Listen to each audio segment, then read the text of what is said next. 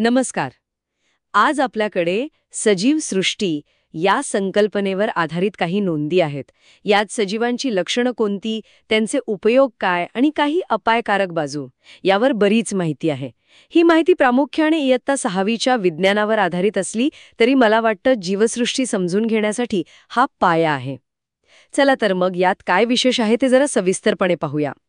सुरुवात करूया सजीवांच्या एका महत्त्वाच्या लक्षणाने, उत्सर्जन. म्हणजे आपल्या शरीरातले टाकाऊ पदार्थ बाहेर टाकण्याची प्रक्रिया. हे साधं वाटलं तरी महत्त्वाचं असणार, नाही का? हो, अगदी बरोबर. वनस्पतींचे उदाहरण घ्या ना. त्या पानांवाटे पाण्याची वाफ बाहेर टाकतात. कधीतरी आपण पाहिलं असेल, पानाला प्लॅस्टिकची पिशवी बांधली की आत पाणी जमा होतं. हो, थेंब दिसतात, बरोबर. तेच हे उत्सर्जन आहे.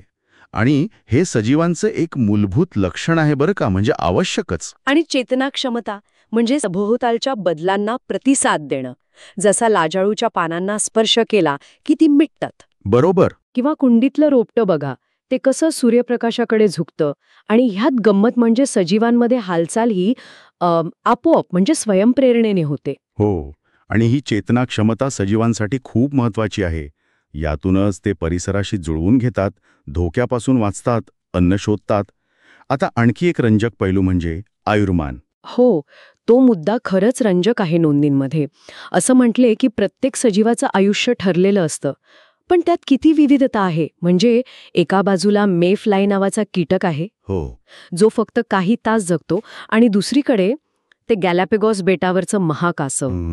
अच्छा, ते सुमारे 170 वर्ष जगू शकतं. म्हणजे काय फरक आहे हा? खरंय. किती टोकाची उदाहरणं आहेत ही. या फरकातून आपल्याला निसर्गातील जगण्याच्या विविध पद्धतींची कल्पना येते. आणि या सगळ्या क्रिया म्हणजे वाढ, श्वसन, उत्सर्जन, प्रतिसाद, हे सगळं घडतं पेशींमधून. पेशी, हो, काही सजीव अमिबासारखे एक पेशीय असतात, फक्त एका पेशीचे. तर मानव, गाय किंवा अगदी वडाचं झाड घ्या, हे सगळे बहुपेशीय आहेत, असंख्य पेशींनी बनलेले. ही पेशीमय रचना हेच सजीवांचं मूळ आहे, त्यांचा आधार आहे. बरोबर. आता नोंदींमधल्या उपयुक्त आणि अपायकारक सजीवांविषयी थोडं बोलूया. वनस्पतींचं तर आपल्याला माहीतच आहे. अन्न देतात, मेथी, बटाटा, आणि औषधं सुद्धा मिळतात त्यांच्यापासून. अडूळ, साल, हिरडा, कितीतरी उदाहरणं आहेत. अगदी. आणि प्राणी पण. घरात कुत्रा, मांजर आपल्याला सोबत देतात. गाय दूध देते. शेतीसाठी पण महत्वाचे आहेत काही प्राणी. गांडुळासारखे, ते जमीन सुपीक करतात. हो, ते तर आहेच. पण मग काही सजीव अपायकारकही ठरू शकतात. डास, माशा यांमुळे रोग पसरतात. Malaria, dengue. हो, खरंय. उंदीर, घुशी हे आपल्या अन्नाची नासाडी करतात.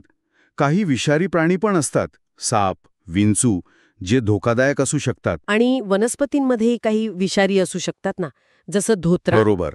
धोत्रा विषारी आहे. किंवा पाण्यात वाढणारे कवक आणि शेवाळ, ते पाणी दूषित करतात, पिण्यालायक ठेवत नाहीत. म्हणजे सजीवसृष्टीमध्ये उपयोगी आणि त्रासदायक अशा दोन्ही बाजू आहेत. तर या सगळ्यातून आपल्याला काय मुख्य मुद्दे घेता येतील? एकंदरीत काय चित्र उभं राहतं? आपण पाहिलं की उत्सर्जन, चेतनाक्षमता, निश्चित आयुर्मान आणि पेशीमय रचना ही सजीवांची काही प्रमुख लक्षणं आहेत. आणि ही फक्त पुस्तकी लक्षणं नाहीयेत, तर त्यांच्या जगण्यासाठी अत्यावश्यक क्रिया आहेत. त्याचबरोबर सजीव आपल्यासाठी कसे उपयुक्त आहेत आणि कसे अपायकारक ठरू शकतात यावरही नोंदी प्रकाश टाकतात. हो. या सगळ्यातून आपल्या सभोवतालच्या जीवसृष्टीची जी गुंतागुंत आहे आणि तिचं परस्पर अवलंबन, ते लक्षात येतं. आणि तो जो मुद्दा होता आयुर्मानाचा, मेफ्लाय कीटकाचं काही तासांचं आयुष्य आणि महाकासवाचं 170 वर्षांचं आयुष्य, खरंच विचार करायला लावणारा मुद्दा आहे हा. म्हणजे जगण्यासाठी निसर्गात किती वेगवेगळ्या प्रकारच्या योजना किंवा पद्धती असू शकतात.